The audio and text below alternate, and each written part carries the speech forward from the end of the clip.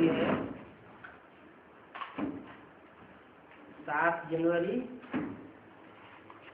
1967।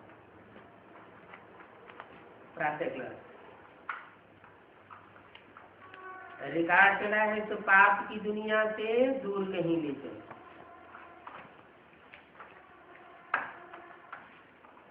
क्यों ये गीत क्यों बजाया? इसलिए बजाया कि पाप की दुनिया में रहेंगे तो पापियों का संग लगेगा, संग लगेगा तो रंग लगेगा, क्योंकि आत्माओं को ही संग का रंग लगता है। एक परम पिता परमात्मा ऐसा है जो इस दुनिया में आता है फिर भी उसको संग का रंग नहीं लगता है।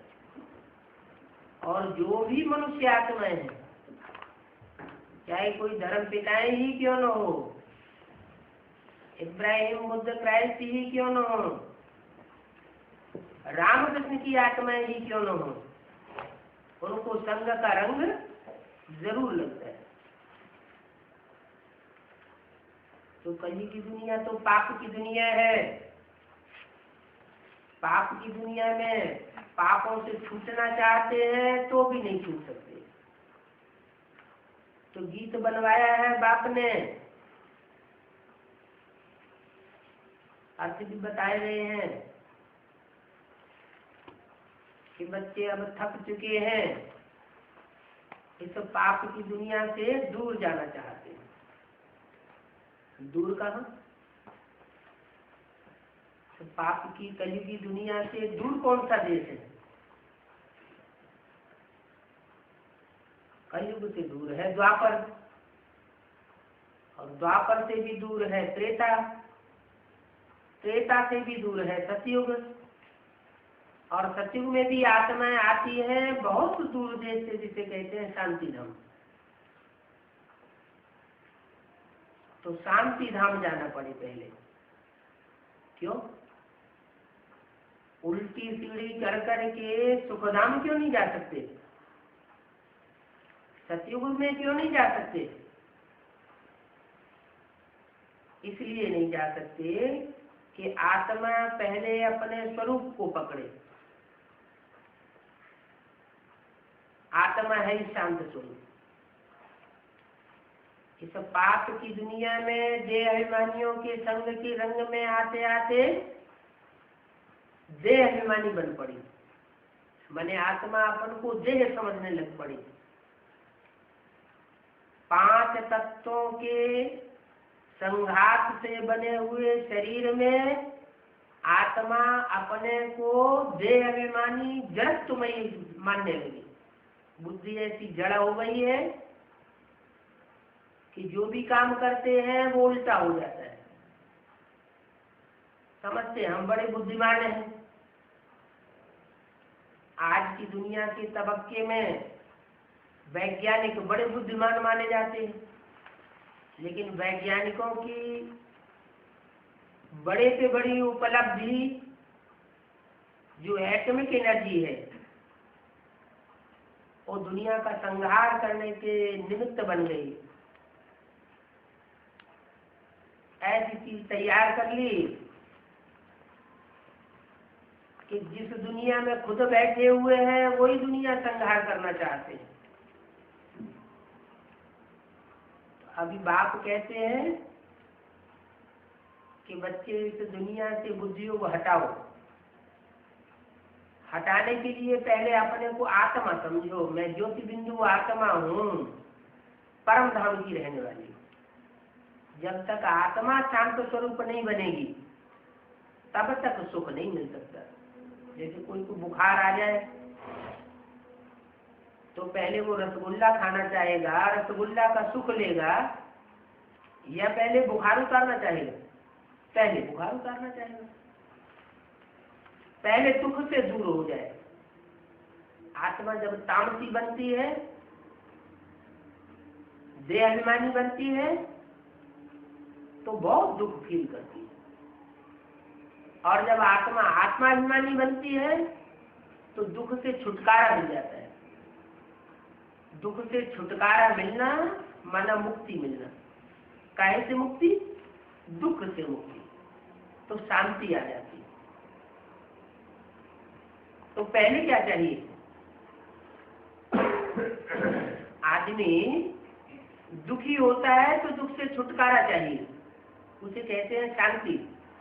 फिर उसके बाद आत्मा सुख भी चाहती है कि शांति से भी और ऊंची चीज है कि जीवन में भी रहे और जीवन रहते हुए हमको दुख न पैदा हो, अशांति न पैदा हो, लेकिन सुख मिले, शरीर भी रहे और सुख भी मिले। तो कैसे हो सकता है? जब आत्मा की आसक्ति शरीर में न हो, देह और देह के पदार्थों में आसक्ति न हो, देह के संबंधियों में आसक्ति न हो। तो भगवान बाप ऐसी दुनिया आकर के रखते हैं जिसे स्वर्ग कहा जाता है। क्या नाम दिया? स्वर्ग माने आत्मा, ग माना गया। कहाँ गया? ऐसी आत्म की स्थिति में गया। स्व माने आत्मा, ग माने गया। कहाँ गया? ऐसी आत्म की स्थिति में गया जहां देह का कोई संबंध खींचता नहीं है, वहां देह का व्यभिचार ही नहीं होता। राधा की दृष्टि कृष्ण में डूबती है, कृष्ण की दृष्टि राधा में डूबती है, और किसी में दृष्टि डूबती ही नहीं, तो व्यभिचार का सवाल ही नहीं। तो अशांति वहां नहीं होती। अशांति होती है वैश्यालय में, और शांति होती है शिव के रचे हुए शिवालय में। शांति पवित्रता से आती है। गाया भी जाता है, where is purity there is peace and prosperity. पवित्रता सुख और शांति की जननी।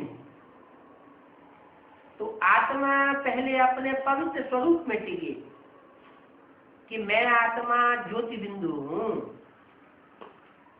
ज्योति बिंदु बाप का बच्चा हूं। जैसे बाप हाथी होता है तो बच्चा भी हाथी की तरह होता है। बाप सांप होता है तो बच्चा भी सांप की तरह लंबा होता है। बाप चींटी मिसल होता है, कीटाणु मिसल होता है, तो बच्चा भी कीटाणु मिसल होता है।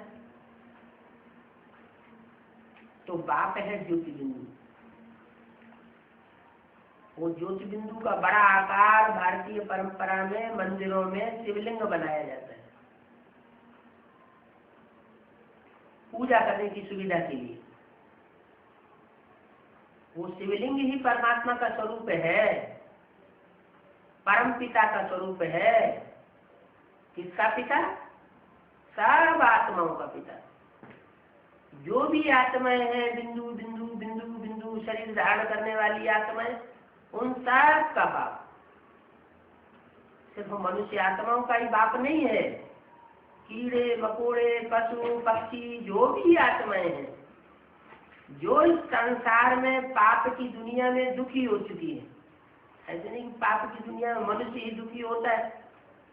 हाँ, मनुष्य पहले दुखी होता है तो दूसरे प्राणी भी दुखी होते हैं। मनुष्य जब सुखी होता है तो दूसरे प्राणी भी सुखी होते हैं। मनुष्य के ऊपर सारा मदार है। क्यों? क्योंकि मनुष्य की आत्मा रूपी बीज ऐसा बीज है जो मनन चिंतन मंथन कर सकता है। मननात् मनुष्य है। मनन करने से मनुष्य कहा जाता है। और वो बनता कैसे है? तो मनु की औलाद बना तो मनुष्य बना। मनु माना ब्रह्मा। तो वो सुप्रीम सोल गर्भ से तो जन्म नहीं लेता, लेकिन इस सृष्टि पर जब आता है तो विशेष दो आत्माएं हैं जो हीरो हीरोइन के रूप में इस सृष्टि पर पार्ट बजाती है। राम और कृष्ण की आत्मा। उनमें से कृष्ण की आत्मा को वो पहले प्रत्यक्ष करता है, गाया भी जाता है त्वमेव माता च पिता त्वमेव, पहले किसका नाम आया? माता का नाम। तो माता के रूप में वो पहले संसार में प्रत्यक्ष होता है। जो लौकिक रूप में सृष्टि रची जाती है बाल बच्चों की, उसमें भी बच्चों के सामने पहले कौन प्रत्यक्ष होता है? माँ प्रत्यक्ष होती है। बच्चे पहले माँ को पहचानते हैं। तो ये बेहद की सृष्टि भी ऐसी है। इसमें जो बेहद के माता पिता हैं, उनमें पहले में पहला माता का रूप इस सृष्टि में जब नई सृष्टि रची जाती है तो ब्रह्मा का रूप सामने आता है। जैसा काम वैसा नाम। ब्रह्मा ने बड़ी, माँ माने माँ। कैसी माँ? ऐसी माँ जिसने सारी दुनिया के बीच बड़ी से बड़ी माँ का पार्ट बजाया। माँ का काम क्या होता है? बाप से कैसा काम उसका भिन्न होता है। माँ बच्चों के लिए बहुत सहन करती है। जितना माँ सहन कर सकती है उतना बाप सहन नहीं कर सकता है। जितना माँ प्यार दे सकती है उतना बाप प्यार नहीं दे सकता। तो माँ के रूप में छोटे छोटे बच्चों को, जिन्हें अपने स्वरूप का ज्ञान ही नहीं है, अपने बाप का पूरा ज्ञान ही नहीं है, सिर्फ माँ को पहचानते हैं, उन बच्चों को वो माँ पालना देती है, प्यार से पालना मिलती है। कोई मार की बात नहीं है। तो माँ के रूप में परमात्मा इस सृष्टि पर सामने आता है और बच्चों को पहली पहली शिक्षा देता है, तुम आत्मा हो। तुम जो अपन को देह समझ बैठे, ये देह समझने के कारण देह भान बढ़ता गया और पाप बढ़ते गए। काम, क्रोध, लोभ, मोह, अहंकार, ये 5 विकार हैं। इन 5 विकारों के बढ़ने से पापों में बढ़ोतरी होती रहती है। इन 5 विकारों का बाप है देह अभिमान। जैसे जैसे देह अभिमान बढ़ता है, देह की याद आती है, देह के संबंधियों की याद आती है, देह के पदार्थ याद आते हैं, वैसे वैसे देहभान बढ़ता जाता है, विकार बढ़ते जाते हैं, पाप बढ़ते जाते हैं। तो इन पापों से मुक्ति पाने के लिए पहला उपाय है अपन को आत्मा समझना, और दूसरे जो भी सामने बैठे हुए हो उनसे उनको आत्म की स्थिति में देखना। जो भी बात करता है, जो भी मिलता है, उसको आत्म की स्मृति में देखना। आत्म की स्मृति में देखने की जो प्रैक्टिस है वो परमात्मा बाप की याद दिलाई दे रही है। इसलिए मुरली में भी बोला है, आत्मा रूपी सुई की सारी कट उतरने पर तुम डायरेक्ट बाप से सीखेंगे। जब तक स्वयं आत्मा नहीं बने हैं, आत्मा की स्थिति में नहीं आए हैं, आत्मा की याद की प्रैक्टिस पक्की नहीं हुई है, तो परमात्मा बाप की भी असली रूप में याद नहीं आ सकती। परमात्मा बाप का असली रूप क्या है? एक तो हमने मान लिया कि आत्मा ज्योति बिंदु, आत्मा बिंदु बिंदु का बाप परमात्मा ज्योति बिंदु, जिसका बड़ा आकार शिवलिंग बनाया जाता है। वो तो बेसिक रूप में ज्ञान आ गया है। लेकिन वो ज्योति बिंदु कैसे हमारा पिता बनता है, कैसे माता बनता है, कैसे गुरु बनता है, कैसे टीचर बनता है, कैसे सर्व संबंध निभाता है? क्योंकि संबंध तो तभी निभाए जाते हैं जब साकार नहीं। साकार नहीं है तो संबंध भी नहीं। वो तो एक ही संबंध बनता है बिंदु बिंदु आत्माओं का।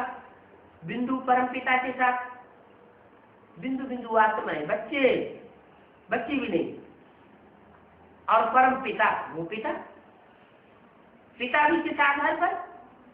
वो पिता इस आधार पर है कि आकर के ज्ञान देकर हमको आत्मा का परिचय देता है। तो हमारी बुद्धि में बैठता है कि हम शरीर नहीं है, हम देह नहीं है, हम देह के आधार पर जो अभी तक दूसरों को परिचय देते आए कि हम मनुष्य हैं, हम पुरुष हैं, हम डॉक्टर हैं, हम मास्टर हैं, हम स्त्री हैं, हम तो ये जो देह का हम परिचय देते आए, वो हम ये नहीं समझे कि इस देह के अंदर कार्य करने वाली आत्मा है। वो आत्मा ज्योति बिंदु प्रकृति के मध्य में बैठी हुई वो सारे शरीर का संचालन करती है। इस सारे शरीर को संचालन करने वाली आत्मा के स्वरूप में हम क्यों नहीं सीख पाते? उसका कारण है 63 जन्मों का देह अभिमान। 63 जन्मों से देह अभिमानी धर्म पिताओं ने आकर के जो देह भान फैलाया है, वो देह भान के संग के रंग में हम आ गए। उनके आने से पहले हम आत्माभिमानी थे। सब देवताएं आत्माभिमानी थे। आत्माभिमानी होने के कारण वो स्वर्ग में थे, क्योंकि स्वस्थिति में थे, स्वस्थिति में गए थे, इसलिए उनके रहने के स्थान का नाम पड़ा स्वर्ग। अब हम आत्मिक स्थिति से नीचे गिर गए संग के रंग में आकर के, और इतने नीचे गिर गए कि हम चाहते हुए भी पापों से मुक्ति नहीं प्राप्त कर सकते। हम चाहते हैं, अंदर से भाषण आती है कि अब हम पाप नहीं करेंगे, लेकिन पाप की परिभाषा ही नहीं मालूम। पाप क्या है, पुण्य क्या है, ये हमें पता ही नहीं चलता। तो बाप पहले ही आकर के ज्ञान देते हैं कि पाप का मूल अर्थात बाप है देह अभिमान। मैं देह अभिमानी नहीं बनता हूं, माने आत्माओं का जो बाप है वो देह अभिमानी नहीं बनता।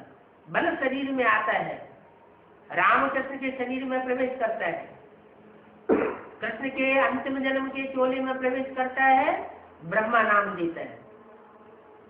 उसके द्वारा कुछ पाप करने की तो कोई बात ही नहीं, क्योंकि कोई भी ब्रह्मा कुमार कुमारी जो ब्रह्मा से पैदा हुआ, वो आज तक ऐसा कोई ब्रह्मा कुमार कुमारी नहीं मिला, चाहे वो कुकवंशावली हो चाहे मुखवंशावली हो, जो ये कहे कि ब्रह्मा ने हमको दुख दिया,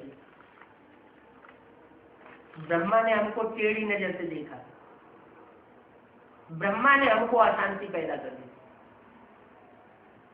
कोई ब्रह्मा कुमार कुमारी ये नहीं कहेगा। तो माँ का जो पार्ट है वो ब्रह्मा के रूप में परमात्मा शिव ने बखूबी निभाया। लेकिन होता क्या है कि बच्चे दो तरह के होते हैं। एक कुछ आत्माएं ऐसी होती है कि उन्हें कितनी भी पढ़ाई जाए तो वे अपने स्वरूप को नहीं छोड़ती, क्योंकि ज्यादा से ज्यादा दूसरे धर्म पिताओं के संसर्ग संपर्क में आई तो जल्दी अपने देहवान को छोड़ नहीं पाती। न छोड़ पाने के कारण वो आत्मिक स्थिति में टिके ही नहीं पाती। और कुछ आत्माएं ऐसी हैं जो परमात्मा का ज्ञान मिलने के तुरंत बाद उस स्थिति में टिकना आरंभ कर देती है। वो है सूर्यवंशी और चंद्रवंशी आत्माएं, जो सृष्टि की आज में फाउंडेशन डालने वाली बनती है। ज्ञान सूर्य शिव,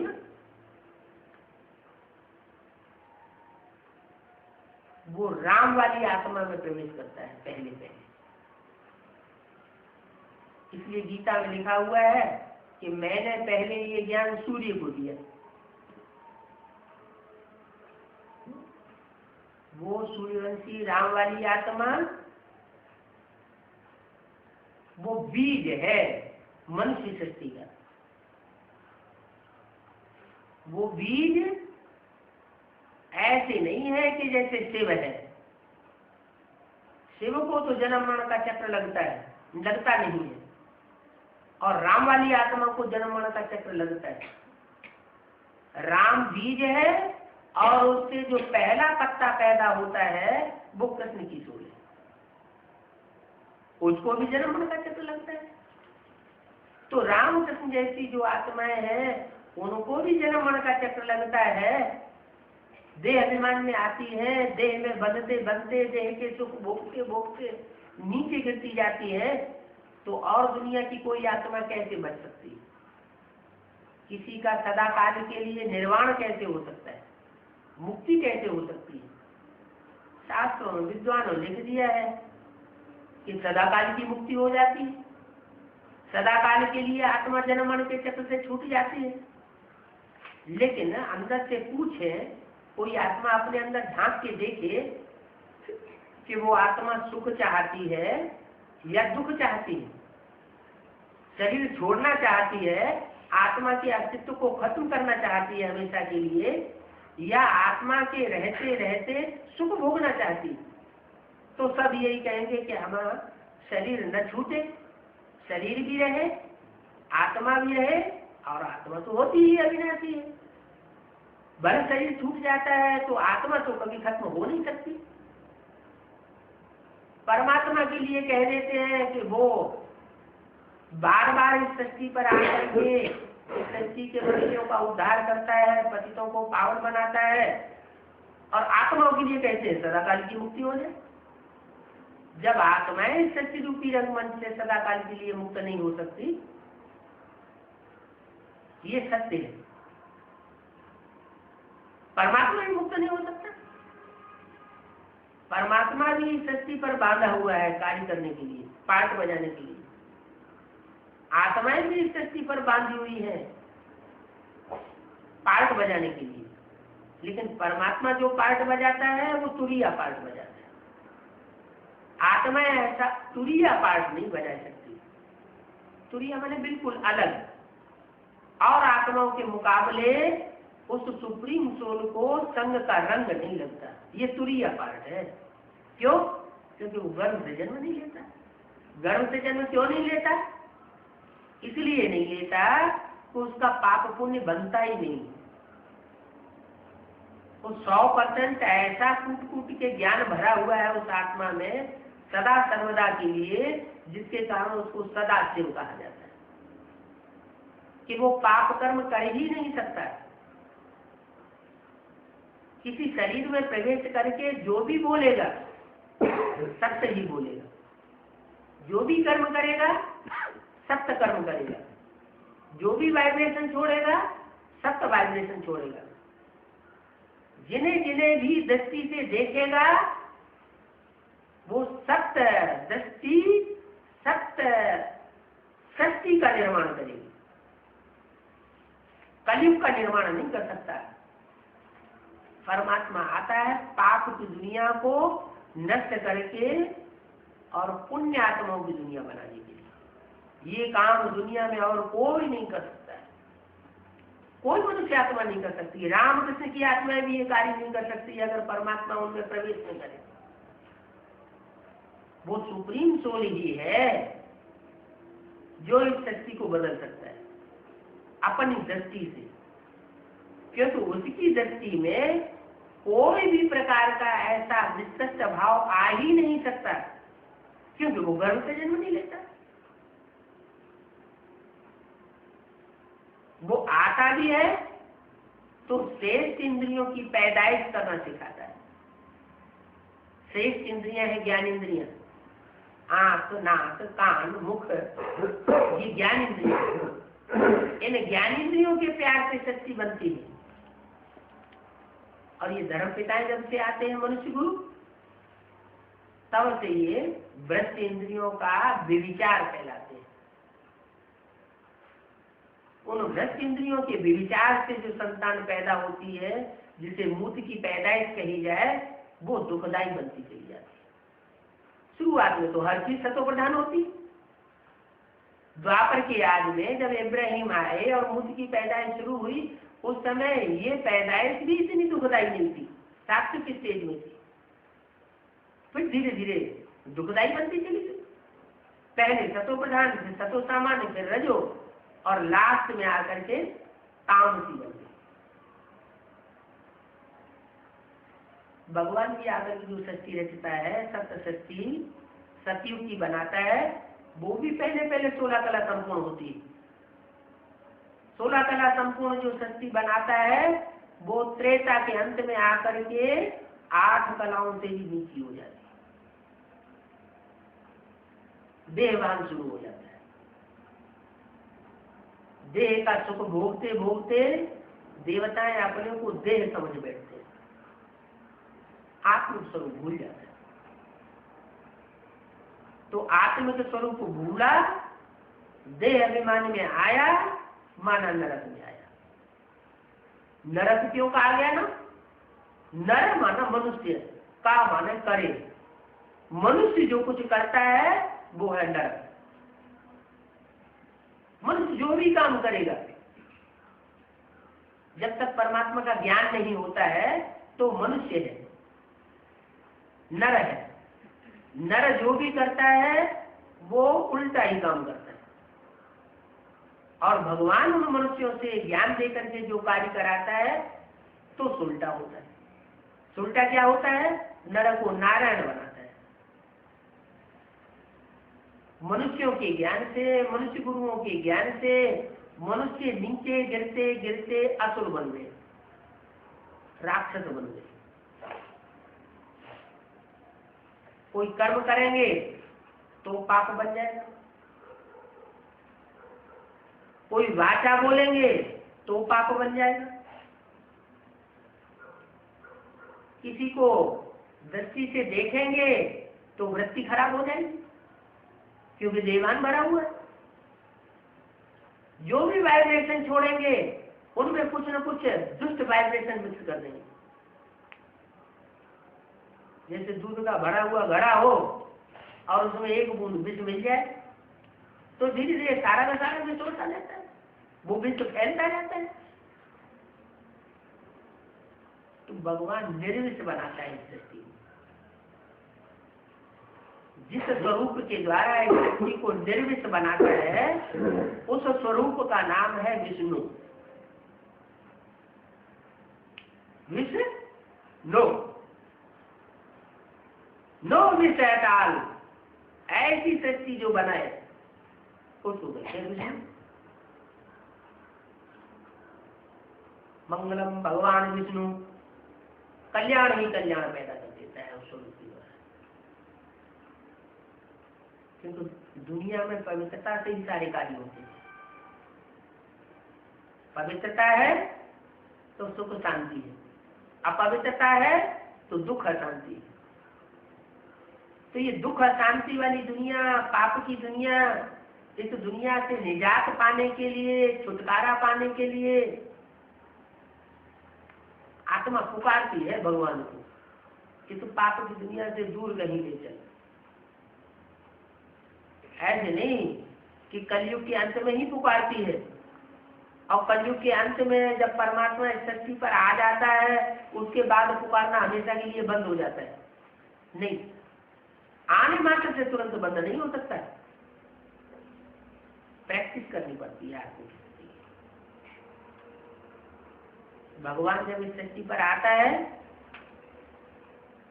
तो आत्मा रूपी जो एक्टर्स हैं उनको ज्ञान दे करके रंगमंच पर पार्ट बजाना सिखाता है। ज्ञान देता है तो पहले पहले ज्ञान भी सतो प्रदान होता है, माना शूटिंग कराता है, रिहर्सल कराता है। 4 युगों की रिहर्सल होती है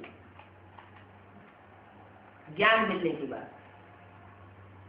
सतयुग, त्रेता, द्वापर और कलयुग।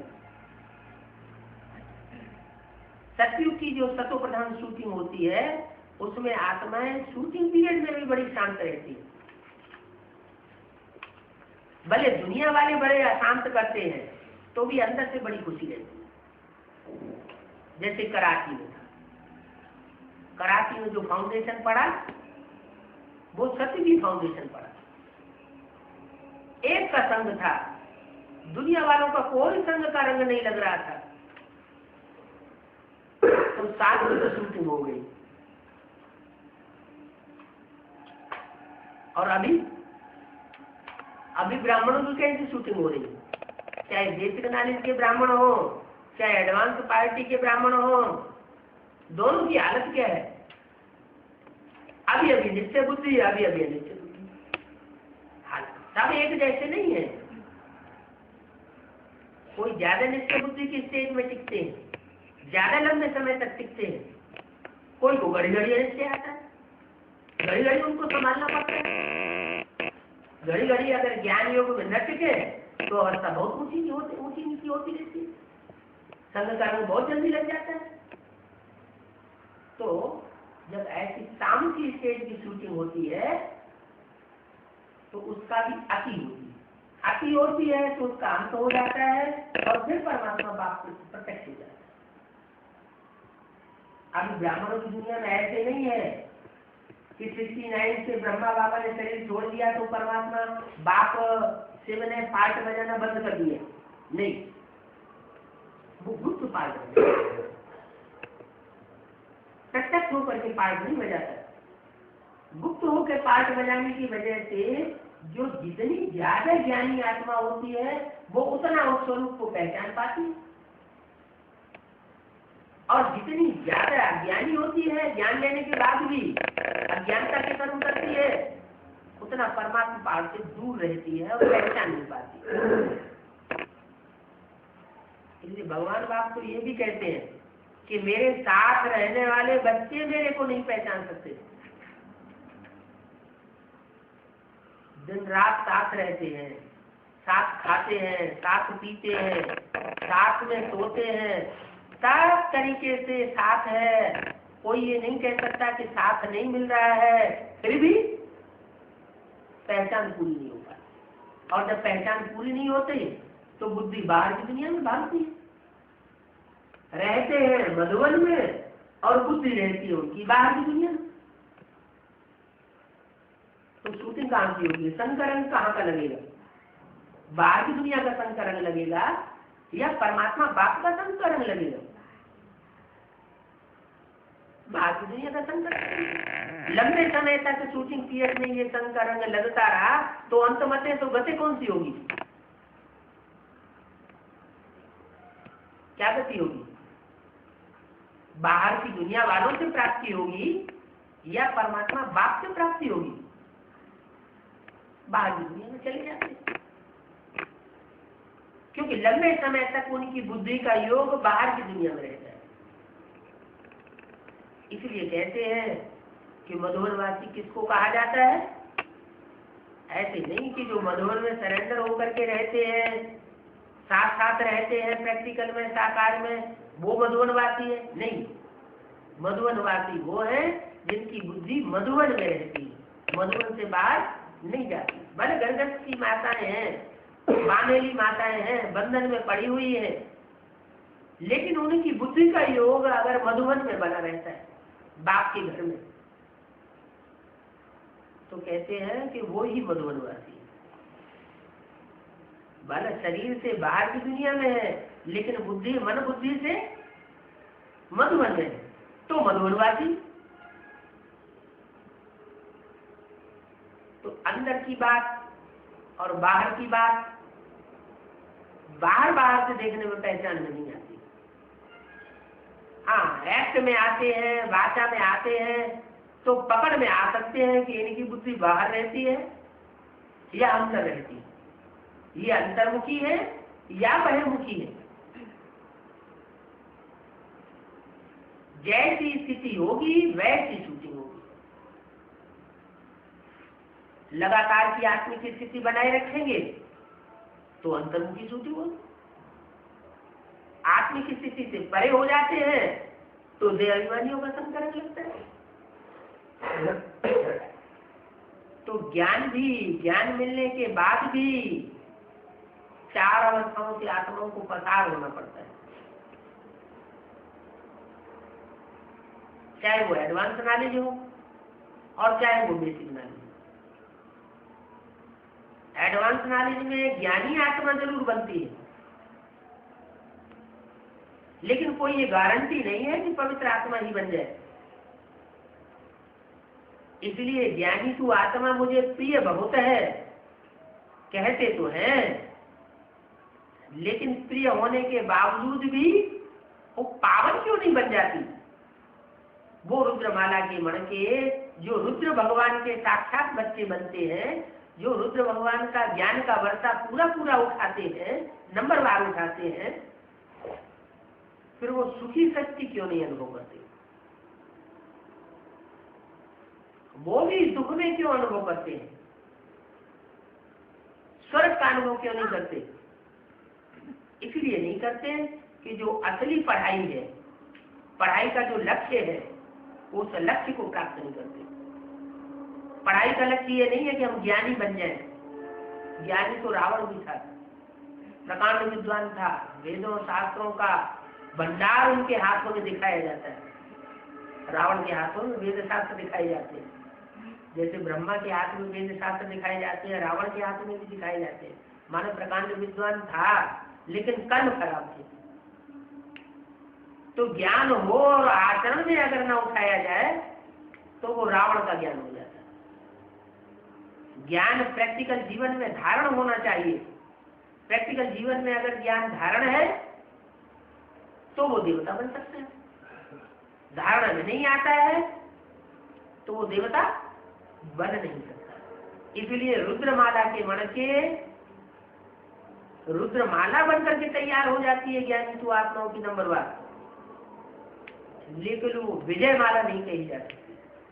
माना विकारों के ऊपर जीत पाली है, ये नहीं कहा जा सकता, क्योंकि लक्ष्य जो था पवित्र रहने का, पवित्र बनो, योगी बनो, ऐसे नहीं ज्ञानी बनो। ज्ञान तो साधन है। ज्ञान साधन से आत्मा जितनी ज्ञानी होगी उतना परमात्मा के स्वरूप को ज्ञाता होने के कारण, जानकारी होने के कारण वो परमात्मा को ज्यादा याद करेगा। ज्यादा याद करेगा तो पाप कर्म जास्ती भस्म होंगे।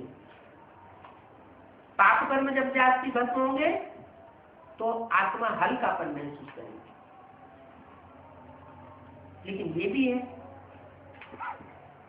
कि अगर पाप कर्म कर लिया तो 100 गुना बोझ भी करता है। तो इस बात में बहुत अलर्ट रहना पड़ेगा। क्या कि पाप क्यों हो जाता है? पाप हो जाता है संग दोष और अनुदोष से। लगातार अनुदोष से बचे रहे और बीच में कहीं कोई ऐसा हो जाता है कि अनुदोष में चक्री में आ गए तो वहीं से बुद्धि खराब होने लगी। अन्न जो है बुद्धि को नष्ट करता है, दोष को बहुत जल्दी पकड़ता है। जैसे कर्म दोष को पकड़ता है वैसे अन्न भी दोष को पकड़ता है। इसलिए जितना कायदा उतना फायदा। अपनी आत्मा के शक्ति को भी देखना पड़ता है। कोई में आत्मा की शक्ति है कि वो किसी के साथ है उसका कल्याण करने के लिए थोड़े समय के लिए उस आत्मा के कल्याण के हिसाब से अन्य दोष में आ भी जाता है, लेकिन याद में घूम रहता है। अंदर की अलर्टनेस पक्की है, मोह में माया में नहीं फंसता, उन आत्माओं के अटैचमेंट में नहीं आता। ऊपर ऊपर से व्यवहार करता है तो बच जाता है। अगर अटैचमेंट में आ गया और अनुदोष भी कर लिया, संग में भी आ गया तो नहीं बच सकता। तो आत्माएं जो है पुरुषार्थ करती है, लेकिन पुरुषार्थ करते करते पाप का ध्यान बहुत रखना पड़ेगा। संग दोष में आती है तो पाप हो ही जाता है, और जिनके संग में आती है उनका अंत भी खाना पड़ता है, नहीं तो नाराज हो जाते। तो आत्मा अंदर से चिल्लाती है तो पाप की दुनिया से दूर कहीं ले जाता, बहुत दूर ले जाता है। जो इनके संग के रंग में आना ही न पड़े, जो हम नीचे गिरे। आत्म की स्थिति में रहने वाले जो प्रैक्टिस करने वाले हैं वो भी ऐसे कहने लग पड़ते। जब ऐसी स्थिति हो जाती है तब फिर परमात्मा को अपने स्वरूप को प्रत्यक्ष करना पड़ता है। गुप्त पार्ट में जाता है फिर प्रत्यक्ष पार्ट में जाता है। जब प्रत्यक्षता होती है तो फिर कभी पहचान जाते हैं। वो कोई बड़ी बात नहीं है। सूर्य उग कर के सामने आ गया फिर पहचान लिया, तो कोई बड़ा पुरुषार्थ नहीं है। इसलिए कहते हैं सूर्य उगने से पहले जो वेला होती है वो अमृत वेला होती है। उस अमृत वेला में अमृत बरसता है। वो अमृत जिसने पिया वो अमर हो जाता है। तो अभी ज्ञान सूर्य गुप्त है, जल्दी ही टाइम आने वाला है कि प्रत्यक्षता होने वाली है। जो थोड़ा बहुत टाइम बचा है उस टाइम में अंतिम समय में जिसने पुरुषार्थ कर लिया और पुरुषार्थ करके ऊंचा भाग्य बनाई लिया तो उसके लिए कहेंगे वाह वाह। जैसे कोई एग्जाम देते हैं तो सारी वर्ष पढ़ाई पढ़े या ना पढ़े, लेकिन एग्जाम होने के टाइम से पहले वो पढ़ाई पढ़ लेता है रात दिन जाग करके, तो अच्छा नंबर पा लेते हैं। ऐसे ही यहाँ अभी टाइम अंत समय का चल रहा है। कोई ऐसी ऐसी भाग्यशाली आत्माएं हैं कि अंत समय में ही आ रही है, एडवांस में। जो एडवांस में आती हैं उनकी शिफ्ट ये होती है मोस्टली ऐसी आत्माएं कि वो आदि में भी थी लेकिन बीच में अभी एडवांस में नहीं आई है, लंबे समय नहीं आई है तो उनके लिए एक तरह से अच्छा ही है, क्योंकि एडवांस में जो शुरुआत में आ गए और फिर विरोधी बन गए तो फायदा हुआ है नुकसान हुआ? ये तो बहुत भारी नुकसान हो गया। सतगुरु निंदा कराने वाले बन गए, वो तो उस लिस्ट में आ गए जिसके लिए बोला गया सतगुरु निंदा पर ठौर न पावे। जो सतगुरु की निंदा करने वाले हैं वो जो नई शक्ति बनेगी उस नई शक्ति में उनको नजदीक स्थान नहीं मिलेगा, नजदीक स्थान नहीं मिलेगा, दूर का नंबर मिलेगा। ठौर न पावे का मतलब जैसे अष्टदेव की माला है तो अष्टदेव की माला में जिन्होंने एडवांस की शुरुआत में ग्लानी कर दी वो नहीं आ पाएंगे। 12 की लिस्ट में आ सकते हैं, सूर्यवंशियों की 12 की लिस्ट में आ सकते हैं क्योंकि बड़े तीव्र पुरुषार्थी हैं। वो इतने तीव्र पुरुषार्थी हैं कि अभी अभी ऊपर अभी अभी नीचे, और उनके फॉलोअर्स इस बात को नहीं समझ पाते, वो उनको फॉलो करते हैं। फॉलो करने की वजह से वो उनके नीचे नीचे एक गति को पकड़ लेते हैं। पहले दुर्गुणों को आदमी जल्दी पकड़ता है और सद्गुणों को जल्दी नहीं पकड़ पाता है। माया का एक बहुत बड़ा सद्गुण है, कौन सा?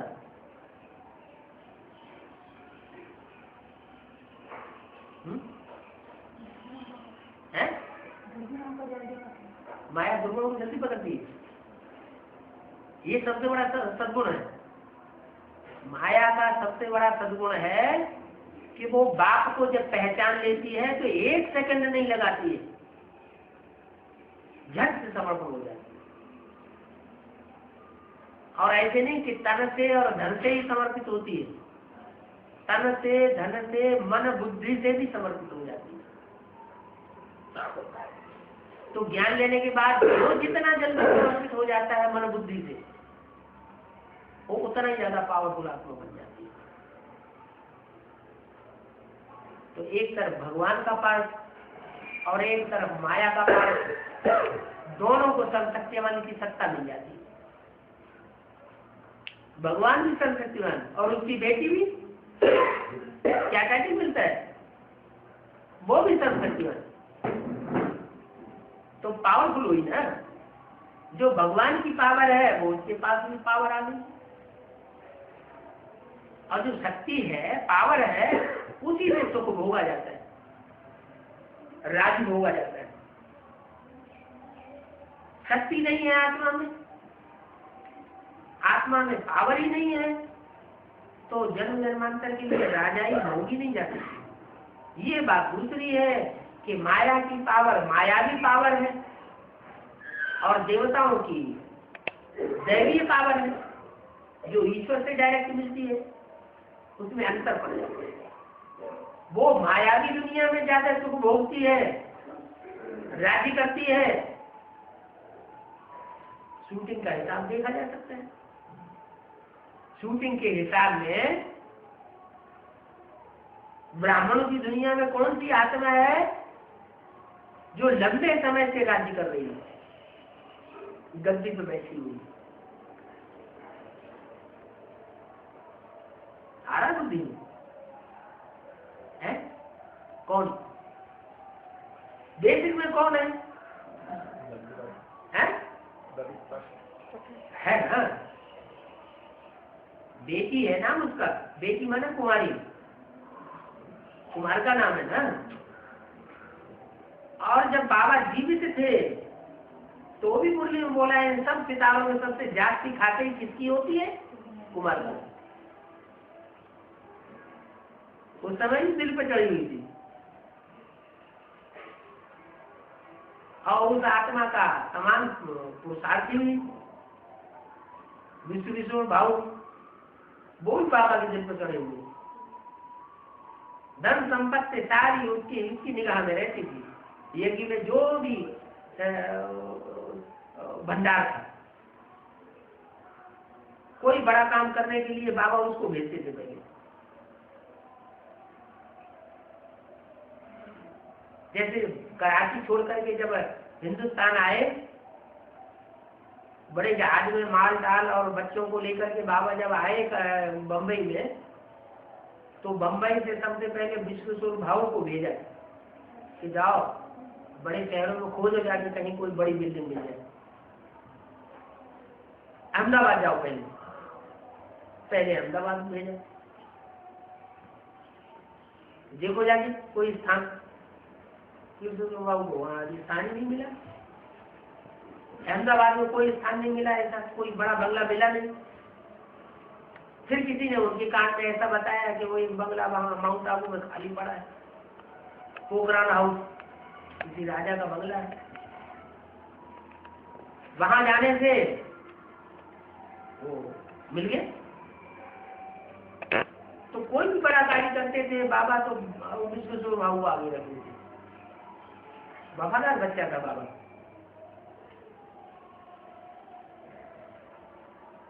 वफादारी जानवरों में भी होती है, ऐसे नहीं मनुष्यों में ही होती है।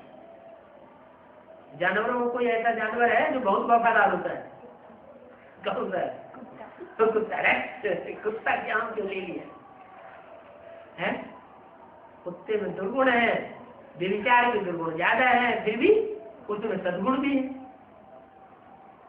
जैसे माया में दुर्गुण भी है, तो माया में एक सद्गुण सबसे ज्यादा है कि उसकी बुद्धि में जब कन्फर्मेशन हो जाता है तो वो देर नहीं लगाती। माया है विदेशी, माया रावण है विदेशी, और राम बाप है स्वदेशी।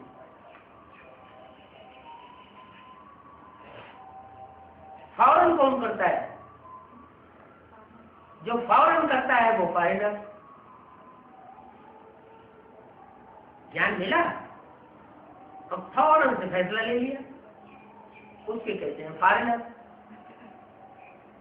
भारत की कन्याएं होंगी तो 20 बार सोचेंगे,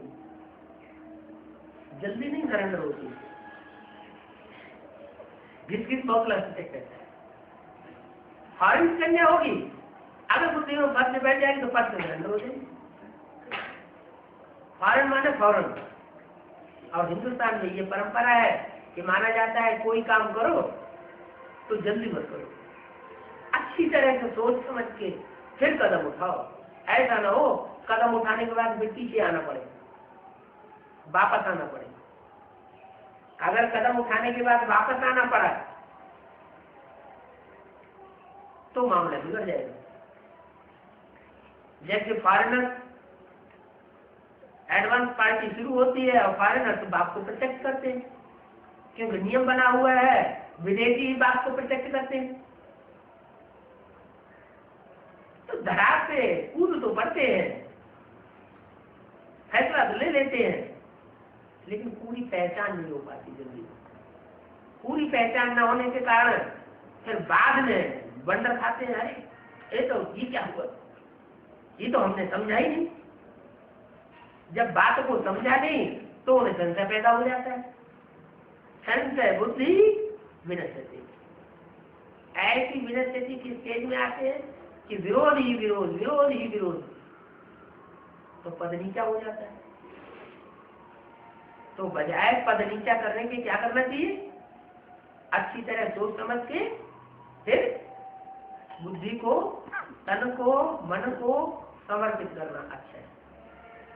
इसलिए भारतवासी विजयी हो जाते हैं और विदेशी माया उनको हार खानी पड़ती है।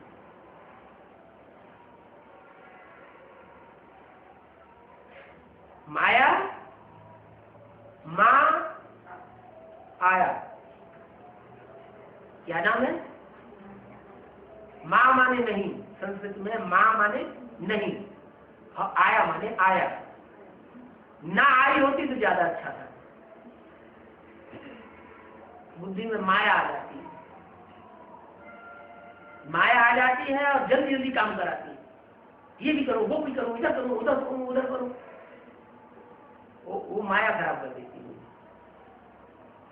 इसलिए हिंदुस्तान में ये कहावत है, जल्दी का काम शैतान का होता है।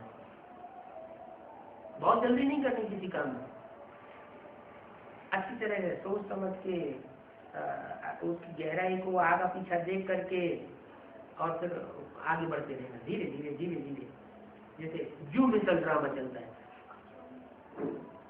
बहुत से बच्चों को ये जल्दी होती है, अभी विनाश हो जाए, तो अभी विनाश हो जाए तो चल जाएगा क्या? इतनी बड़ी दुनिया है, एकदम विनाश हो सकता है क्या? टाइम तो लगेगा। अभी अभी स्थापना कब सती वो आएगा, इतने टाइम तो हो गया लंबा लंबा। अरे जब धर्म पिताओं को अपने धर्म स्थापन करने में 100 वर्ष के अंदर का टाइम लग गया, तो भगवान आकर के इतना ऊंचा धर्म स्थापन करता है, देवी देवता सनातन धर्म कहा जाता है, उनको टाइम तो लगेगा। जमते जामते थोड़ा ही हो जाता है, क्या तेली पे आम जमे आएगा? थोड़ा इंतजार करना पड़ता है, धैर्य धारण करना पड़ता है। बाबा बोलते भी रहते हैं, रिकॉर्ड भी बजाते रहते हैं, क्या रिकॉर्ड बजाते हैं, धीरेन्द्र मनुआ धीरेन्द्र तेरे सुख के दिन आवेंगे। अरे कलयुग में इतने जन्मों से दुख भोगते आए, द्वापर में कलयुग में, तो अब ये लास्ट जन्म का बहुत टाइम जो बीत गया, थोड़ा सा समय रह गया है। इसमें भी ये गारंटी, अगर श्रीमत पर चलते रहेंगे तो दुख अनुभव नहीं हो सकता, और मनमत पर और मनुष्य की मत पर चलेंगे तो दुख पकड़ लेता है, अशांति पकड़ लेती है। बाबा दुआपा भी देते रहते हैं, मुरली में बोलते रहते हैं, हेवनली गॉड फादर मिला है तो हेवन में होना चाहिए। फिर रोते क्यों हैं, दुखी क्यों होते हैं, क्या कारण? हेवनली गॉड फादर मिला, अरबपति बाप हो, मल्टी मिलियनर बाप हो, और बच्चा पैसे पैसे के लिए दुखी हो, तो कोई कारण होगा ना? क्या कारण होगा?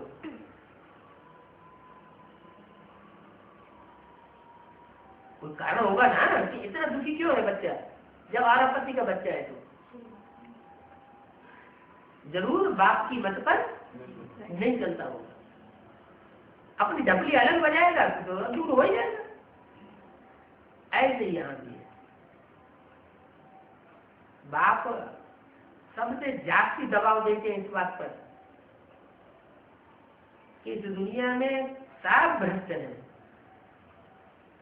जो आज बहुत प्यार दिखा रहे हैं वो कल इतने स्वार्थी बन जाएंगे कि पता ही नहीं चलेगा कि इतने इतने स्वार्थी हो सकते हैं।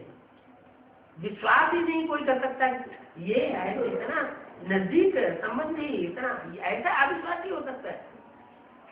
सैंपल भी दे दिया यज्ञ के आदि का, साथ साथ तालों के अंदर बंद करके रखा, इतना प्यार करते थे। फिर जब हिंदुस्तान पाकिस्तान की लड़ाई हुई, खून की नदियां बहने लगी, तो इतना भय पैदा हो गया कि कहाँ बहन है, कहाँ बेटी है, कहाँ पत्नी है, उनकी चिंता ही नहीं, उन्होंने ध्यान ही नहीं दिया, बापड़े।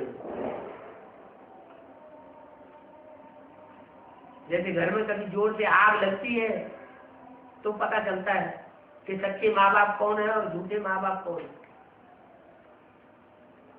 सच्चाई होती है तो पहले बच्चों को बचाएंगे, झूठे होते हैं तो अपनी जान लेकर भाग जाएंगे, बच्चों की परवाह नहीं करेंगे। ऐसे ही दुनिया है। इस दुनिया में तो अभी झूठ और ज्यादा बढ़ता चला जा रहा है, सब झूठे बन जाते हैं, एक भी सच्चा नहीं रहता है।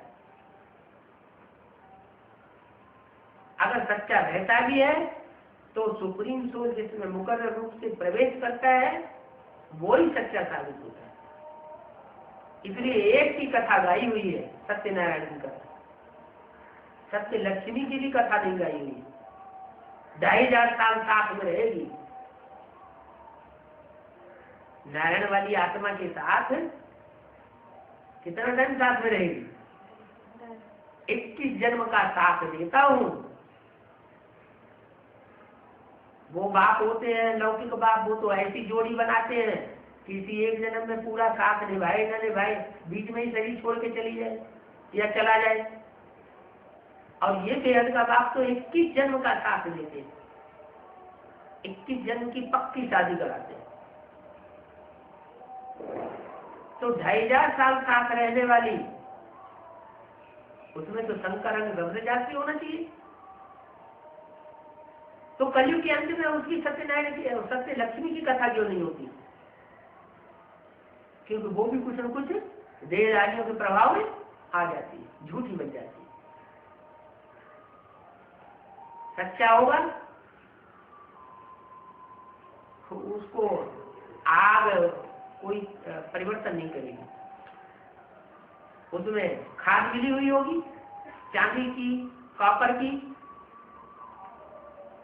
तो उसमें अग्नि जो है अपना काम करेगी, जलाएगी, खाद जलाई जाती है। सोना का क्या जलेगा? सोना तो सोना है, 24 कैरेट का सोना होगा, वो ज्यों का त्यों रहेगा, उसमें परिवर्तन आने वाला नहीं। तो जिनको संग का रंग लगता है जिन आत्माओं को, वो झूठी हो जाती है। जो जन्म जन्मांतर झूठों से टकराता रहा होगा वो यहाँ संग में भी, जीवन में भी देखने में आएगा क्या टकराता रहा। अपने स्वरूप को नष्ट नहीं होने दिया। लेकिन बाबा कहते हैं माया बड़ी प्रबल है, ऐसा अहंकार कोई न करे। कैसा अहंकार? कि माया हमको नहीं जीत सकती, हमारे ऊपर माया का कोई असर नहीं हो सकता। लास्ट जन्म में आकर के वो राम की आत्मा भी हार जाती, माया के चंबे में आ जाती, प्रभाव में आ जाती, नीचे गिर जाती। और इतनी नीचे गिरती, इतनी नीचे गिरती, इतनी नीचे गिरती कि दुनिया में कोई भी आत्मा, कोई भी शख्सियत इतनी नीचे नहीं गिर सकती।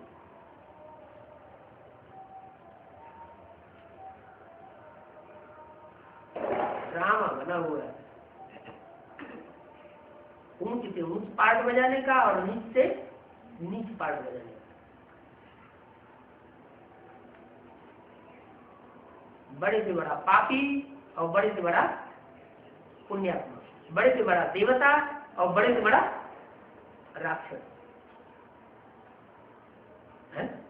राम वाली आत्मा भी राक्षस बनती है क्या? अरे राम वाली नहीं है, कृष्ण वाली आत्मा भी राक्षस बनती है। नहीं तो मुरली में क्यों बोला गया राम ही रावण बनता है, कृष्ण ही कंस बनता है? क्यों बनता है, किस लिए बनता है, ऐसा वंडरफुल राम क्यों बना हुआ है, वो भी समझने की बात है।